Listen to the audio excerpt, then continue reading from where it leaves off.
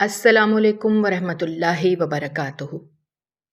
Adiala jail میں شوہر کو قتل کرنے کے جرم میں سزائے موت کے قیدی عورت نے پھانسی سے پہلے آخری خواہش کی کہ وہ اپنے شوہر کی قبر پر جانا چاہتی ہے اور فاتحہ پڑھنا چاہتی ہے۔ یہ سن کر جج حیران رہ گیا، کہنے لگا اپنے ہی ہاتھوں سے شوہر کا قتل کرنے کے بعد عورت یہ آخری خواہش کیوں کر رہی ہے؟ پھر بھی جج نے آخری خواہش سنی تو اجازت دے دی، لیکن جو ہی پولیس والے اس عورت کو قبرستان میں اس کے شوہر کی قبر پر لے گئے تو ان کے قدموں تلے سے زمین نکل گئی، کیونکہ وہ عورت تو ہلکے گلابی رنگ کا جوڑا خون کے چھینٹوں سے بھرا ہوا تھا، دونوں ہاتھ خون سے لت پت تھے۔ جب اس عورت کو اڈیالہ کی سینٹرل جیل میں لایا گیا، بال بکھرے ہوئے اور آنکھوں میں وحشت تھی، اور نہ جانے کس جذبے کے تحت آنکھیں سرخ ہو رہی تھیں، بالکل نڈر بنی چپ کر کے وہ لیڈی کانسٹیبل کے ساتھ جیل کی راہداری میں بڑی مضبوطی سے قدم آگے کی جانب بڑھا رہی تھی۔ سبھی جیلوں کی خواتین اس کے پیروں میں بندھی زنجیروں کی گھسیٹنے کی آواز پر اپنی جیلوں کی سلاخوں کے پاس کھڑی ہوئی تھیں۔ اس عورت کو دیکھ کر ہر عورت اپنے کانوں کو ہاتھ لگا رہی تھی۔ دونوں ہاتھوں میں زنجیروں کے کڑے تھے، پیروں میں زنجیروں کے کڑے تھے، اور وہ ایک ایک قدم اٹھاتی ہوئی سامنے کی جانب دیکھ رہی تھی۔ کئی آوازیں تھیں جو وہاں خواتین کی گونج رہی تھیں، ہائے ہائے، پتہ نہیں کس کو مار کے آئی ہے، اللہ بچائے ایسی خطرناک عورت سے، توبہ توبہ، دیکھو تو صحیح، آنکھوں سے خون ٹپک رہا ہے۔ یہ سن کر زبیدہ نے بڑے غصے سے اس جانب دیکھا جہاں سے اس عورت نے یہ جملہ کسا تھا۔ اس کی آنکھیں تھیں یا کسی چیل کی نظر، جس عورت نے کہا تھا۔ جب اس نے زبیدہ کو یوں خونخوار نظروں سے گھورتے دیکھا تو پیچھے ہٹ گئی۔ وہاں جیل میں کھڑی خواتین سب یہ دعا کر رہی تھیں کہ کہیں یہ عورت ہماری جیل میں نہ آ جائے۔ دیکھنے میں نہ تو زیادہ جاندار لگ رہی تھی، نہ ہی بھاری بھرکم جسم کی تھی، لیکن اس کے چہرے سے ٹپکتی ہوئی وحشت اور بے خوف آنکھیں دیکھ کر ہر عورت اس سے گھبرا رہی تھی۔ اسے ایک ایسی کال کوٹھڑی میں جا کر بند کیا گیا جو بہت چھوٹی سی تھی اور جہاں دوسری کوئی مجرم عورت نہیں تھی۔ پوری کال کوٹھڑی مٹی سے اٹی ہوئی تھی جہاں پر لیڈی کانسٹیبل نے اسے دھکا دے کر پھینکا تھا۔ پھر ایک لیڈیز کانسٹیبل دوسری سے کہنے لگی، اسے قیدیوں والی وردی لا کر دو، کمبخت نے بڑی بے دردی سے اپنے شوہر کو مارا ہے، ٹکڑے کر کے رکھ دیا۔ یہ سن کر وہاں موجود جتنی بھی جیل میں موجود عورتیں تھیں اور جیلوں میں مجرم عورتیں تھیں، سب خوف سے کانپنے لگی تھیں، لیکن اس عورت کی آنکھوں میں ذرا بھی خوف نہیں تھا۔ اسے جیل میں بند کر کے وہ لیڈی کانسٹیبل چلی گئی اور سامنے کرسی پر بیٹھے جیلر سے کہنے لگی، ارے او کریم بخش، اپنی کرسی اٹھا اور اس عورت کی کال کوٹھڑی کے قریب جا کر رکھ، وہیں بیٹھ اور دیکھ، بڑی تیز نظر رکھنی ہے اس پر۔ 40 سالہ کریم بخش اپنی کرسی اٹھا کر اس کال کوٹھڑی کے عین سامنے کرسی رکھ کر بیٹھ گیا۔ اس نے لڑکی کو پہلی بار بڑے غور سے دیکھا، زیادہ عمر کی نہیں لگ رہی تھی، یہی کوئی 26-27 سال کی تھی، لیکن بڑی خطرناک تھی۔ وہ بڑے غور سے زبیدہ کو دیکھ رہا تھا۔ جب زبیدہ نے اسے تیکھی نظر سے دیکھا، کہنے لگی، او جیلر، آنکھیں نیچے کر، تیرے باپ کی جاگیر نہیں ہوں، یوں آنکھیں پھاڑے پھاڑے مجھے دیکھ رہا ہے۔ اس لڑکی کی آواز تھی یا شیرنی کی دھاڑ؟ جیلر تک گھبرا گیا تھا، لیکن پھر خود کو سنبھالتے ہوئے کہنے لگا، اے لڑکی، تمیز سے بات کر، تو جانتی نہیں ہے میں جیلر ہوں؟ زبیدہ کہنے لگی، تو میں کیا کروں، جیلر ہے تو اپنی ڈیوٹی دے، اپنی ڈیوٹی پہ دھیان دے، عورتوں پہ نہیں۔ اس سے جیلر اپنی نظریں جھکائے اس عورت کو اپنے کیے پر ذرا بھی افسوس نہیں تھا، کوئی دکھ کی رمق اس کے چہرے پر نظر نہیں آ رہی تھی۔ تو اس نے کیا کیا ہے اور کیوں کیا ہے؟ کچھ دیر میں ہی ایک لیڈی کانسٹیبل آئی اور اس کے منہ پر وردی پھینک کر چلی گئی، کہنے لگی، صبح دروازہ کھلا گا اور تمہیں واش روم میں بھی لے جایا جائے گا، وہیں نہا دھو کر یہ وردی پہن لینا۔ لیکن زبیدہ نے کوئی جواب نہیں دیا۔ وہ کانسٹیبل جا چکی تھی۔ زبیدہ نے آنکھیں بند کی، وہ ٹیک لگائے اسی کال کوٹھڑی میں بیٹھی تھی، اپنے گھٹنوں کو جوڑے اس پر اپنے بازو پھیلایا اور اپنا سر رکھ لیا، سونے کی کوشش کرنے لگی، حالانکہ جو کچھ وہ کر کے آئی تھی اس کی جگہ کوئی اور عورت ہوتی تو اسے ذرا بھی نیند نہ آتی، لیکن وہ گہری نیند کی آغوش میں جا چکی تھی۔ صبح سویرے ہی اس کی آنکھ کھلی تھی جب کانسٹیبل نے اس کی کال کوٹڑی کی سلاخوں پر اپنا ڈنڈا مارا۔ کہنے لگی، چل باہر آؤ۔ اٹھ کر کھڑی ہو گئی، کال کوٹڑی سے باہر نکلی، اسے واش روم لے جایا گیا۔ وہیں اس نے شاور کھولا اور ٹھنڈا پانی اس پر گرنے لگا۔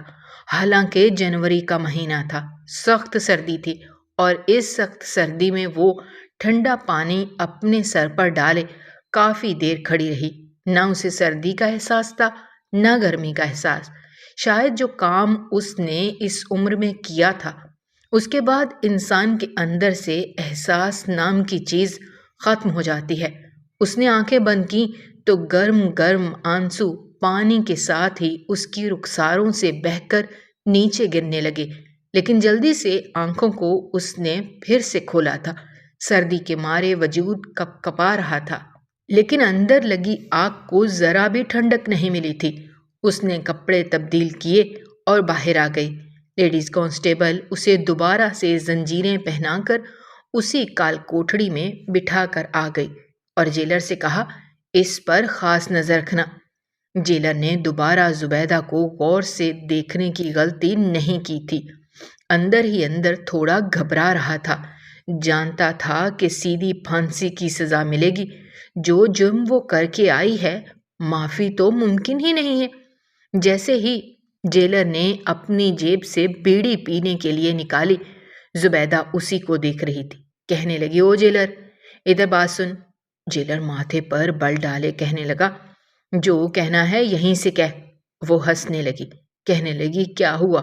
ڈر لگ رہا ہے مجھ سے؟ کیا تجھے لگتا ہے کہ تو جیل کے پاس آئے گا تو میں تیرا گریبان پکڑوں گی اور سلاخوں کے بیچ میں ہی تیرا گلا گھونٹ کر تجھے مار ڈالوں گی؟ یہ کہتے ہوئے وہ دانت یوں کچکچا رہی تھی کہ ایسے ہی کر گزرے گی۔ جیلر کچھ گھبرایا تھا، کہنے لگا، نہیں نہیں، میں کیوں ڈرنے لگا؟ بڑی بڑی مجرم عورتیں دیکھی ہیں، تو چیز کیا ہے؟ یہاں جب ریمانڈ روم میں جائے گی نا تو ساری ہیکڑی نکل جائے گی۔ وہ کہنے لگی، زبیدہ پر ہاتھ اٹھانے والے کا انجام شاید تو سن چکا ہے۔ زبیدہ اپنے اوپر ہاتھ اٹھانے کی اجازت کسی کو نہیں دیتی۔ اب ادھر آ، کچھ نہیں کہوں گی تجھے۔ لیکن جیلر وہیں بیٹھا رہا۔ زبیدہ کہنے لگی، کیا ڈر رہا ہے؟ ایک کڑیل جوان مرد ہو کے تم مجھ سے ڈر رہے ہو؟ جیلر کو کچھ غیرت آئی تھی، کہنے لگا، نہیں نہیں، میں کیوں ڈرنے لگا؟ وہ اس کے پاس آ گیا۔ زبیدہ نے سلاخوں کے بیچ سے اپنا ہاتھ نکالا تو وہ 2 قدم پیچھے ہٹا، کچھ گھبرا گیا تھا۔ کہنے لگی، لا، ایک بیڑی مجھے دے، بہت دن ہو گئے میں نے سگریٹ نہیں پی۔ یہ سن کر کریم بخش نے اسے حیرت سے دیکھا، کہنے لگا، عورت ہو کے سگریٹ پیتی؟ وہ کہنے لگی، ہاں پیتی ہوں، لا دے سگریٹ۔ کریم بخش نے اسے ہاتھ میں پکڑی بیڑی پکڑا دی، پھر کہنے لگا، ماچس سے جلا اسے۔ اس نے وہ بیڑی جلا دی۔ اس نے وہ بیڑی منہ میں لی اور ایک گہرا سانس لیا۔ وہ دھوئیں کا مرغولا سامنے کھڑے جیلر کریم بخش کے منہ پر پھینکا۔ اس نے ہوا سے اڑایا اور چند قدم پیچھے ہٹ گیا۔ کہنے لگا، توبہ ہے، میں نے اپنی زندگی میں ایسی عورت نہیں دیکھی۔ کہنے لگی، دیکھے گا بھی نہیں، مجھ جیسی صدیوں میں پیدا ہوتی ہے۔ یہ کہہ کر وہ نیچے بیٹھ گئی اور بیڑی پینے لگی۔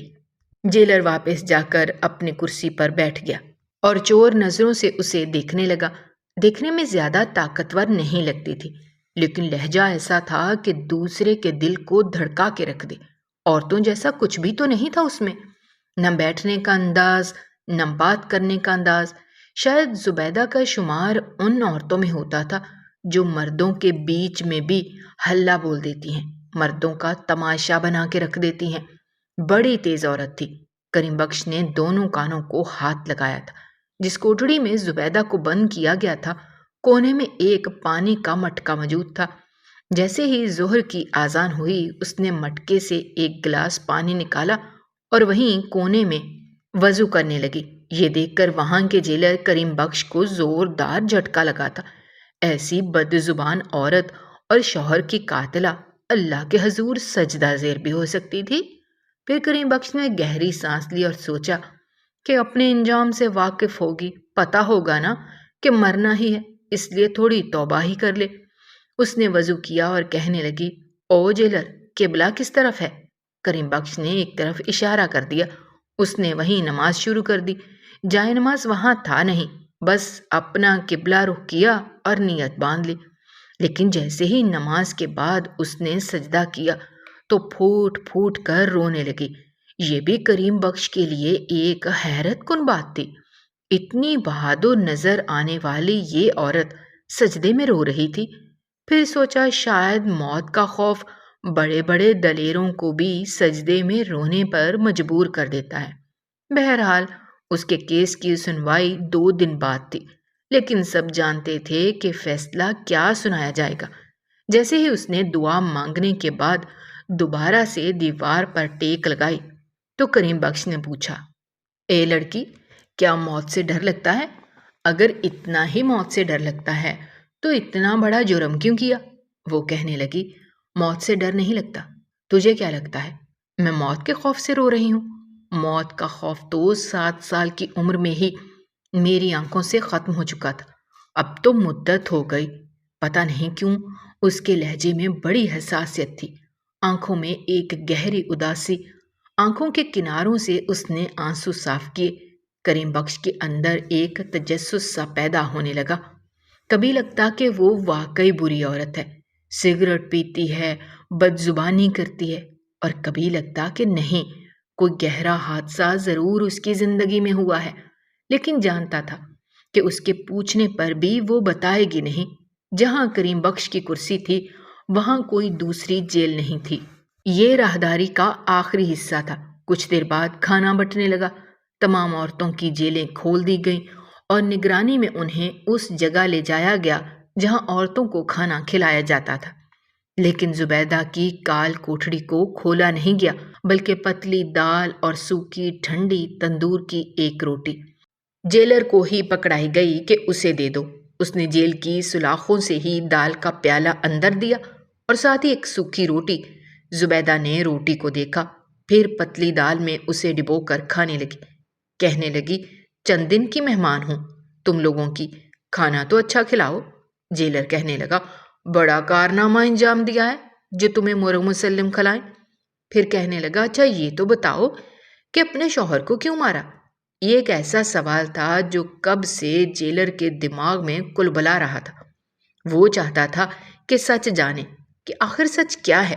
زبیدہ کہنے لگی، بس دل چاہ رہا تھا اس لیے مار دیا۔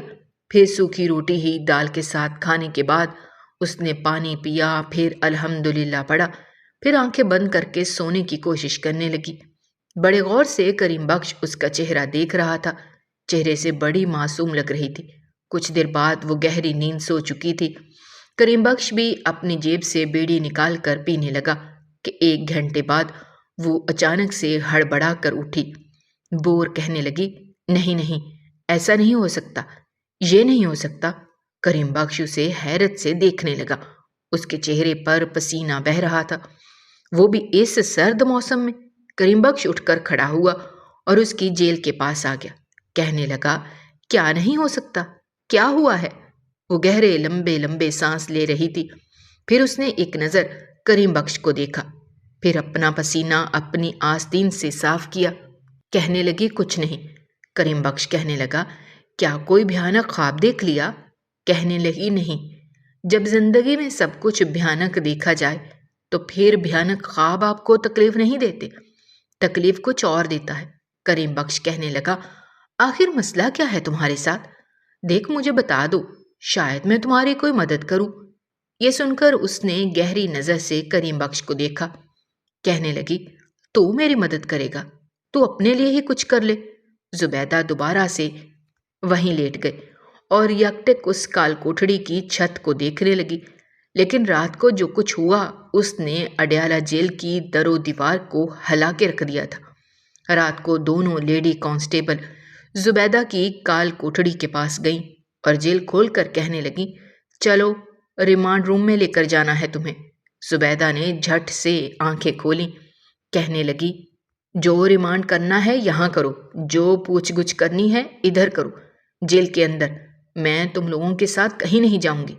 میں جانتی ہوں جیلوں میں تم لوگ مجرم عورتوں کے ساتھ کس قسم کا سلوک کرتے ہو، کس کمرے میں لے کر جاتے ہو اور کس طرح سے پوچھ گچھ کرتے ہو۔ لیکن وہ کانسٹیبل کہنے لگی، دیکھو زیادہ زبان چلانے کی ضرورت نہیں ہے، بڑے افسر نے بلایا ہے اور تم جانتی ہو کہ ان کے بلاوے پر انکار کرنے والیوں کے ساتھ کیا حشر کیا جاتا ہے۔ وہ کہنے لگی، نہ، میں اپنے حشر سے ڈرتی ہوں، نہ انجام سے۔ کیا کرے گا؟ میرا گلا گھونٹ دے گا۔ اسے بولو یہاں آئے اور یہاں آ کر پوچھ گچھ کرے، یہاں آ کر مجھ سے بات کرے۔ کمروں میں جانے والی ڈرپوک عورتوں میں سے نہیں ہے زبیدہ، جا کر اپنے اس افسر کو بتا دو۔ دونوں لیڈی کانسٹیبل اسے حیرت سے دیکھ رہی تھیں۔ ان میں سے ایک نے اس کے منہ پر زوردار تھپڑ مارا۔ اس سے پہلے کہ دوسرا مارتی، زبیدہ نے اس کی کلائی بڑی زور سے پکڑی، اتنی زور سے کہ اس کا چہرہ سرخ ہونے لگا تھا، اور وہ کانسٹیبل بلبلا اٹھی، کہنے لگی، کمینی، میرا ہاتھ چھوڑو۔ دیکھنے میں ہی کمزور سی لگتی ہے لیکن جان بہت ہے تم میں۔ جھٹکے سے زبیدہ نے اس کانسٹیبل کا ہاتھ چھوڑا، وہ گرتے گرتے بچی۔ کہنے لگی، میرے ساتھ اگر پنگا لوگی تو جان سے مار ڈالوں گی تمہیں۔ مجھے جان سے مارنے کے لیے ہتھیار کی ضرورت نہیں پڑتی، میرے ہاتھوں میں بہت دم ہے۔ اور اس کے بعد وہ دونوں کانسٹیبل وہاں سے چلی گئیں۔ کچھ دیر بعد آفیسر بڑے غصے سے زبیدہ کی کال کوٹھڑی تک آیا تھا اور پھر جیل کھول کر اندر چلا گیا۔ اس کے ہاتھ میں ایک ڈنڈا پکڑا ہوا تھا۔ کہنے لگا، بہت زبان چلانی آتی ہے تجھے، تو کیا سمجھتی ہے ہم پولیس والے تیرے غلام ہیں اور تو ہماری بات کو رد کرے گی؟ یہ کہتے ہوئے اس نے بازو پکڑ کر زبیدہ کو کھڑا کیا اور پھر زوردار ڈنڈا اس کی کمر پر مارا۔ ایک سسکاری سی اس کے لبوں پر آئی تھی، لیکن پھر وہ دبا گئی اور دونوں ہاتھوں سے اس نے سلاخوں کو پکڑا تھا اور آفیسر نے اس کی کمر پر ڈنڈے برسانے شروع کر دیے۔ کمال ضبط عورت تھی، نہ چلائی نہ بلبلائی، آنکھوں سے آنسو بہہ رہے تھے، کیونکہ انسان تھی، گوشت پوست کی بنی ہوئی تھی۔ درد تو ہوتا ہے، لیکن اپنے درد کو وہ بڑے ضبط سے برداشت کر رہی تھی۔ اس کے بعد پولیس والا تھک چکا تھا، آفیسر کی سانس پھولنے لگی تھی۔ اس نے ڈنڈا ایک طرف زور سے پھینکا، پھر لیڈی کانسٹیبل سے کہنے لگا، اسے میرے کمرے میں لا۔ لیکن وہ پھر چلا کر بولی، کہنے لگی، آفیسر، تو نے جو کرنا ہے یہیں کر، میں کمرے میں نہیں جاؤں گی، اور اگر میرے ساتھ زبردستی کرنے کی کوشش کی تو میں اڈیالہ جیل کی اینٹ سے اینٹ بجا کے رکھ دوں گی، اتنا شور مچاؤں گی کہ یہاں سب لوگ اکٹھے ہو جائیں گے۔ یہ سن کر آفیسر نے بڑے غصے سے اسے دیکھا اور پھر باہر چلا گیا، لیکن اس کے بعد اس جیل میں کوئی نہیں آیا۔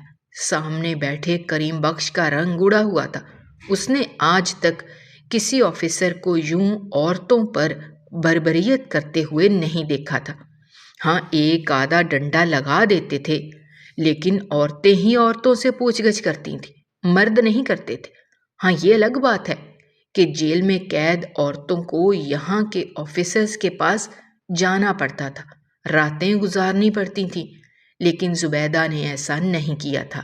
شاید اسی لیے اپنی کمر کو داغدار کروا بیٹھی تھی۔ آنکھوں میں ایک آنسو نہیں تھا۔ کچھ دیر سلاخوں کو پکڑے گہرے گہرے سانس لیتی رہی، اپنا بگڑا ہوا تنفس اعتدال پر لاتی رہی، پھر سامنے کریم بخش کی اڑی ہوئی رنگت دیکھ کر، حیرت سے کھلا ہوا منہ دیکھ کر کہنے لگی، او جیلر، سگریٹ دے، مجھے سگریٹ پینی ہے۔ یہ سن کر جیلر بڑا پریشان ہوا تھا۔ اس نے سگریٹ جلا کر زبیدہ کو پکڑا دی۔ اب وہ لمبے لمبے کش لے رہی تھی، دھواں اڑا رہی تھی۔ پھر سگریٹ کو زمین پر رکھ کر اپنے پیر سے مسل دیا۔ جلتے ہوئے سگریٹ کو اس نے اپنے پاؤں سے بجھایا تھا، پھر وہیں دیوار کے ساتھ ٹیک لگا کر بیٹھی، اور بیٹھتے ہوئے ایک چیخ اس کے منہ سے برآمد ہوئی تھی، لیکن پھر دبا گئی۔ اگلے روز اس کی پیشی تھی۔ صبح ہی صبح اسے لے جایا گیا تھا اور کمرہ عدالت میں وہ کٹہرے میں کھڑی تھی۔ جج نے پوچھا، کیا تم نے اپنے شوہر کرم دین کا قتل کیا؟ وہ کہنے لگی، ہاں کیا، میں نے مار دیا سالے کو، اور مجھے کوئی افسوس نہیں۔ جج نے اس کا بے باک انداز دیکھا تو ماتھے پر بل ڈالے، پھر کہنے لگا، تم جانتی ہو اس کی سزا کیا ہے؟ کہنے لگی ہاں پتہ ہے، پھانسی کا تختہ۔ جج نے گہری سانس لی اور کہنے لگا کوئی آخری خواہش ہے تو بتا دو۔ کہنے لگی مجھے اپنے شوہر کی قبر پر جانا ہے، مجھے اس کی قبر پر جا کر فاتحہ پڑھنی ہے۔ یہ سن کر جج بھی حیران ہوا تھا۔ کہنے لگا اپنے شوہر کو تم نے خود قتل کیا اور بڑی بے دردی سے قتل کیا، پھر تم اس کی قبر پر کیوں جانا چاہتی ہو؟ کہنے لگی کہ فاتحہ پڑھنی ہے، آ جاؤں گی واپس، اور آپ نے خود مجھ سے میری آخری خواہش پوچھی ہے، اس لیے میں آپ کو بتا رہی ہوں، اور میں چاہتی ہوں کہ میری آخری خواہش کو پورا کیا جائے۔ جج کچھ دیر تو زبیدہ کو حیرت سے دیکھتا رہا، پھر اس نے اجازت دی۔ اگلے ہی روز زبیدہ کو کرم دین کی قبر پر لے کر جایا گیا، جس پہ پھولوں کی پتیاں پڑی ہوئی تھیں۔ ابھی بھی زبیدہ کے ہاتھوں میں زنجیروں کے کڑے تھے اور پیروں میں بھی زنجیریں تھیں۔ وہ چلتی ہوئی کرم دین کی قبر پر آئی اور بڑی نفرت سے اس کی قبر کی طرف دیکھا، پھر وہاں بیٹھ گئی۔ دونوں ہاتھ پھیلا کر کہنے لگی جو کچھ تم نے میرے ساتھ کیا اس کے مقابلے میں وہ بہت کم ہے جو میں نے تیرے ساتھ کیا۔ باقی کا حساب قیامت والے دن پورا کروں گی، میں تجھے بخشوں گی نہیں کرم دین۔ پھر اس کی قبر پر تھوکا اور کھڑی ہو گئی۔ یہ دیکھ کر پولیس والے حیران تھے کہ آخر شوہر نے اس کے ساتھ ایسا بھی کیا کیا تھا۔ پھر اسے واپس جیل کی کال کوٹڑی میں بند کر دیا گیا، لیکن یہ خبر جیلر تک پہنچ گئی تھی کہ زبیدہ نے اپنے شوہر کی قبر پر جا کر کیا حرکت کی تھی۔ سامنے کریم بخش بیٹھا تھا، چلتے ہوئے اس کے پاس آ گیا۔ وہ اس وقت جیل کی سلاخوں کے پاس ہی بیٹھی تھی، وہ بھی وہیں بیٹھ گیا۔ کہنے لگا میں نے آج تک تمہارے جیسی عورت نہیں دیکھی۔ زبیدہ نے اس کی بات سن کر اس کی طرف دیکھا، کہنے لگی مجھے بڑا تجسس ہے یہ جاننے کا کہ آخر تمہارے شوہر نے ایسا کیا کیا تھا کہ تم نے اس کا قتل کر دیا، بلکہ اس کے ٹکڑے ٹکڑے کر دیے۔ دیکھو زندگی سب کو پیاری ہوتی ہے، دنیا میں انسان آتا ہی جینے کے لیے ہے۔ وہ کہنے لگی میں 7 سال کی عمر میں ہی مر گئی تھی، اب تو زندہ لاش ہوں جسے چند روز بعد دفنا دیا جائے گا۔ یہ کہتے ہوئے اس کی آنکھوں سے آنسو بہہ رہے تھے۔ وہ کریم بخش کو دیکھنے لگی۔ کریم بخش کہنے لگا اگر تم مجھے اپنا بھائی سمجھو تو مجھے بتاؤ، شاید میں تمہاری مدد کر سکوں۔ وہ کہنے لگی تم میری کوئی مدد نہیں کر سکتے، ہاں میں تمہیں بتا دیتی ہوں کہ میں نے اپنے شوہر کو مارا کیوں تھا۔ وہ کہنے لگی میں 7 سال کی تھی جب یتیم ہو گئی، میرے چچا چچی مجھے اپنے ساتھ لے گئے۔ میرے باپ کا بڑا سا گھر تھا جس میں عیش سے رہتی تھی، اپنے والدین کی اکلوتی بیٹی تھی، لیکن ان کی حادثاتی موت کے بعد میرے چچا نے میرے باپ کا گھر بیچ دیا، سارے پیسے اپنے پاس رکھ لیے۔ میری چچی مجھے نوکرانی بنا کے رکھتی تھی، میں اس وقت 7 سال کی تھی، لیکن گھر کا جھاڑو پوچھا برتن سب مجھ سے کرواتے تھے، اور جب مجھ سے کچھ کام غلط ہو جاتا تو جلتا ہوا انگارہ میرے ہاتھ پر رکھتے تھے۔ اس نے اپنی ہتھیلی کریم بخش کو دکھائی جس پر گہرا زخم تھا، جسے دیکھ کر وہ کانپ کر رہ گیا تھا۔ کہنے لگے یہ زخم کبھی اس نے بھرنے نہیں دیا۔ میں 15 سال کی ہوئی تو میں نے بد زبانی شروع کر دی، میری چچی مجھے مارنے کے لیے اپنا ہاتھ آگے کرتی تو میں اس کا ہاتھ مروڑ کے رکھ دیتی تھی۔ جب اس نے یہ دیکھا تو میرے چچا سے میری شکایت کی۔ چچا نے اس وقت مجھے ڈنڈے سے مارا، بہت مارا، لیکن میں روئی نہیں۔ ایک بار تو میں نے چچا کا ڈنڈا پکڑ کر اسی ڈنڈے سے اسے مارنا شروع کر دیا۔ جب چچی نے دیکھا کہ میں آپے سے باہر ہو گئی ہوں اور لڑنے لگی تو زبردستی ایک بڈھے سے میری شادی کر دی، جس کی پہلے سے بیوی تھی اور مجھ سے بڑی بڑی بیٹیاں تھیں، لیکن وہ بہت جاندار بڈھا تھا، عمر میں یہی کوئی 50 سال کا ہوگا، لیکن کمینہ ہٹا کٹا تھا۔ اس نے شادی کی رات ہی میری چٹیا پکڑ کر میرا سر دیوار سے زور سے مارا تھا، میرے سر سے خون نکلنے لگا۔ کہنے لگا جو حرکتیں تو نے اپنے چچا چچی کے ساتھ کی اگر یہاں کی تو پھر دیکھو میں کیسے تیری ٹانگیں توڑتا ہوں۔ اگر وہ مجھ سے پیار کے ساتھ رہتا تو شاید میں اس بڈھے کے ساتھ بھی گزارا کر لیتی، لیکن پیار تو میری قسمت سے 7 سال کی عمر میں ہی ختم ہو گیا تھا۔ وہ اپنی پہلی بیوی کو کچھ نہیں کہتا تھا، صرف مجھے مارتا تھا۔ کہتا تھا تو بد کردار ہے، تیرا مردوں کے ساتھ تعلق ہے۔ بد کردار کہہ کر اس نے میری زبان کھولی۔ میں اس کے ساتھ بھی بد زبانی کرنے لگی، اس کا ہاتھ پکڑنے کی کوشش کرتی، لیکن سالہ بڑا جاندار تھا۔ ایک بار اس نے اپنے بازو سے میرا گلا دبایا، مجھے دیوار کے ساتھ لگا کر بازو میرے گلے پر رکھ کر کہنے لگا، اگر میرے سامنے زبان چلائی تو چھوڑوں گا نہیں۔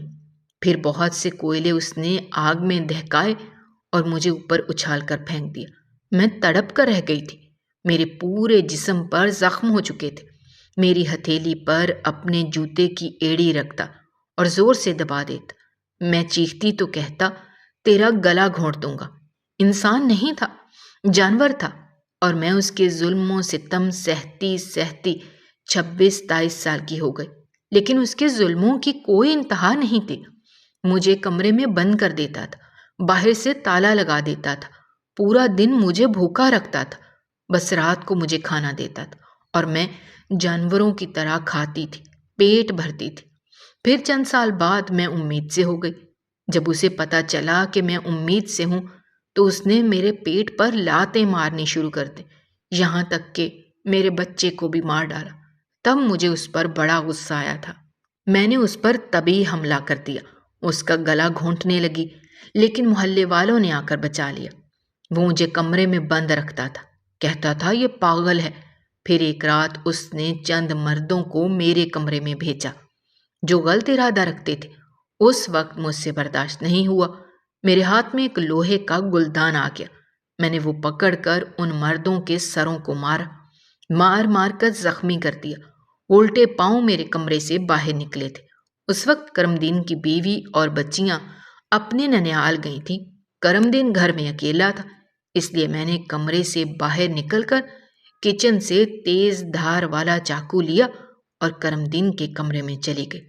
اسے لگ رہا تھا کہ وہ مرد میری آبرو ریزی کر رہے ہیں، وہ مجھے سزائیں دینے چاہتا تھا، لیکن میں اس کے کمرے میں چلی گئی۔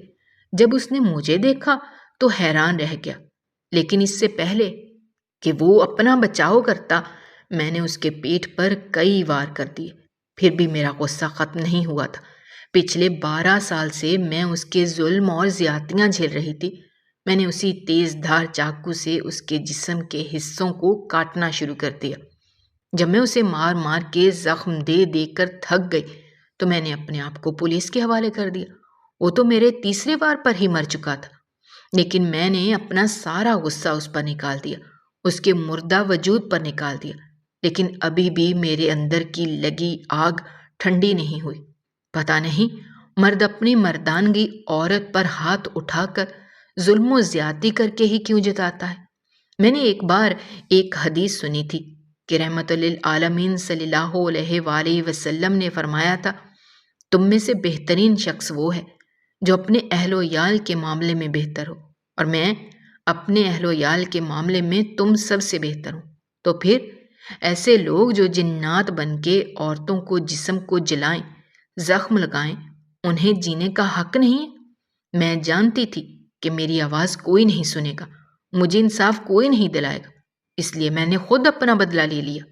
اس کی بات سن کر کریم بخش کی آنکھیں برسنے لگی تھیں۔ چند روز بعد زبیدہ کو پھانسی بھی ہو گئی، لیکن پوچھنا یہ ہے کہ کیا زبیدہ نے ٹھیک کیا؟ اگر وہ یہ نہ کرتی تو عدالت سے اس کو انصاف ملتا؟ کمنٹ باکس میں اپنی رائے کا اظہار ضرور کیجیے، اور اگر آپ ہمارے چینل پر نئے ہیں تو چینل کو سبسکرائب کرنا مت بھولیے گا۔ شکریہ، اللہ حافظ۔